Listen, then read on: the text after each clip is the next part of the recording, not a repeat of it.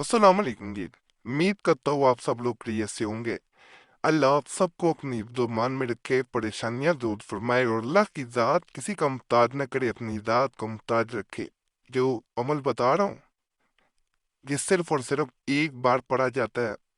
पूरा अमल करेंगे तो आपके अंदर एक ऐसी दिलकशी, ऐसी कशिश पैदा होगी, ऐसे किसी को अट्रैक्ट कर सके कि दूसरा इंसान आपको जहां भी देखेगा आपको याद करेगा। उसको किसी का भी चेहरा जो है वो अच्छा नहीं लगेगा, बल्कि दूसरों के चेहरे में भी उसको आपका चेहरा दिखाई देगा। मुकम्मल अमल करेंगे, जैसे तरीका बताऊं खास तरीके से किया जाता है। वैसे नहीं ये किया जाता है जैसे आम बुलाइफ होते कि एक दफा पढ़ा या चार दफा पढ़ा या तादाद मुकर्रर करके पढ़ेगा, सिर्फ ऐसी नहीं है। इसमें थोड़ा सा पानी दिया जाता है। मुकम्मल तरीका जैसे मैंने बताया, पानी पे दम अलहदा से किया जाता है। अपने ऊपर एक दफा पढ़ के सिर्फ फूंक मारी जाती है, वजीफा पढ़ के, और आखिर में सिर्फ 3 मरतबा उस इंसान का नाम पुकारा जाता है जिसको चाह रहे हैं कि वो आपको देखने के लिए तरसे। आपके अंदर जैसे ही अमल पूरा होता है ऐसी कशिश पैदा होती है कि आपने सोचा नहीं होगा। दूसरा इंसान हर तरह से आपकी सिर्फ और सिर्फ एक झलक देखने को तरस जाता है। नापाकी में औरतें नहीं कर सकती हर अमल की तरह। नए लोग आते हैं इसलिए हर दफा बताना पड़ता है। और यकीन कोमल रख के करें, अल्लाह की ज़ात पे यकीन रख के करें। दोपहर का वक्त इस अमल के लिए बहुत बेहतर होता है जोर के बाद, और बाद लोग इसे रात को तहज्जुद के बाद भी करते हैं, लेकिन ज्यादा बेहतर वक्त दोपहर का होता है।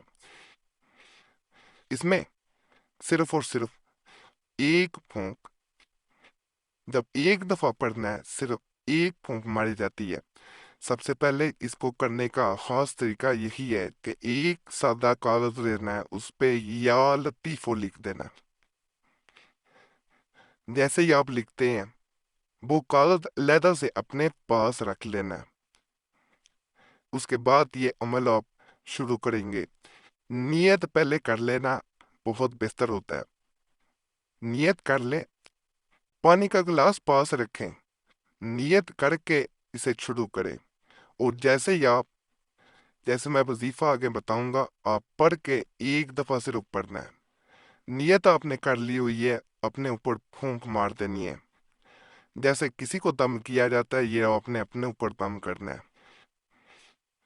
आप अपने ऊपर दम करते हैं, पानी का गिलास सामने है, उसमें आपने या लतीफ हो जो लिखा था वो उसमें डाल देना है गिलास में।